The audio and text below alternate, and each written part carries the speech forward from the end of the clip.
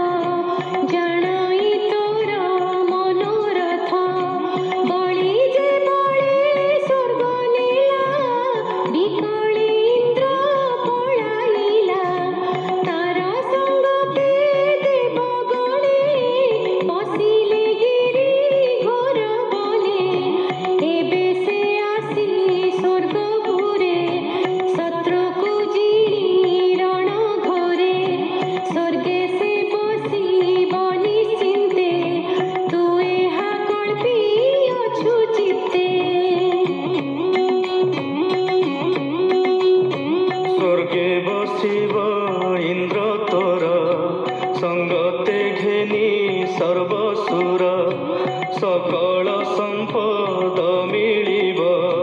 त्रिलोक निश्चिंते पालिब हेमंत चित्ते कल्पु तुहि शुण कहई जहा मुहि बलि संगते घोर रणे कहीं जिणिबे देवगणे जेमंते तोहर कुमरे सुखे बसिबे स्वर्गपुरे तुझे मोहर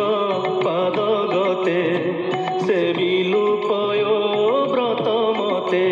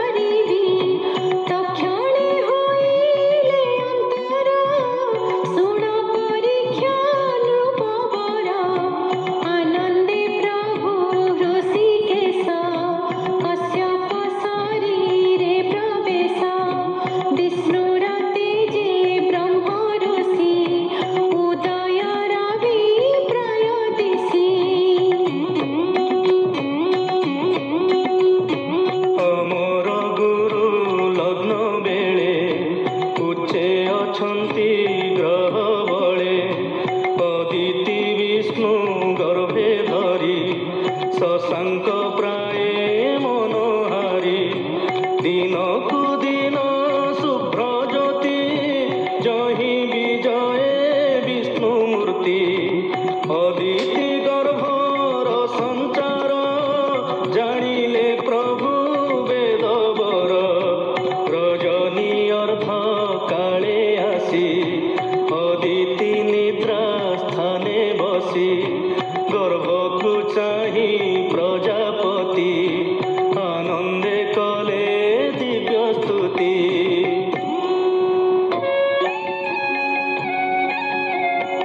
ब्रह्मा उवाच जय अनंत पुरुक्रम नमस्ते प्रभु त्रिविक्रम नमो ब्रह्मण्य भागवत नमस्ते त्रिगुण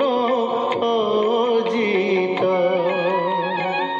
नमस्ते विश्व गर्भरूप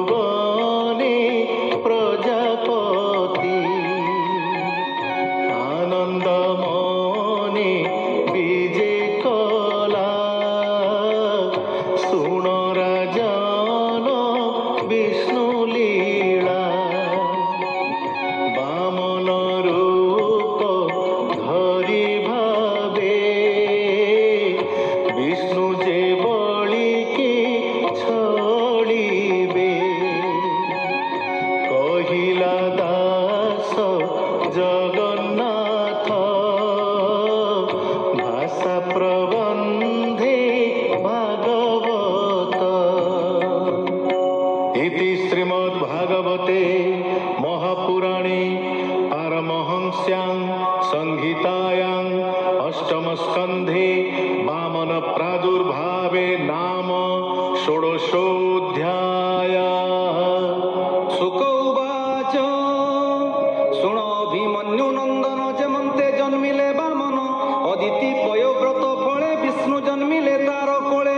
ब्रह्मार स्तुति शुणी तो से हरि परम हरसे अमृत बेले सुशरीरे हेले वामन अवतारे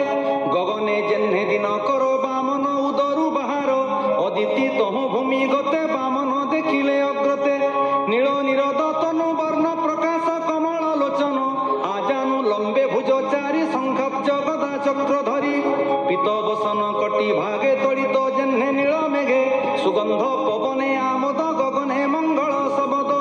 ब्राह्मण गणे वेदनादे अनल पूजन्ति समिधे भाद्रव मास शुक्ल पक्षे द्वादशी श्रवणाजे रुक्षे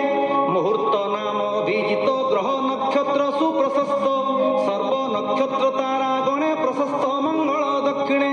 विजया जुगर मध्याह्ने शंख दुन्दुभि वाद्यस्वने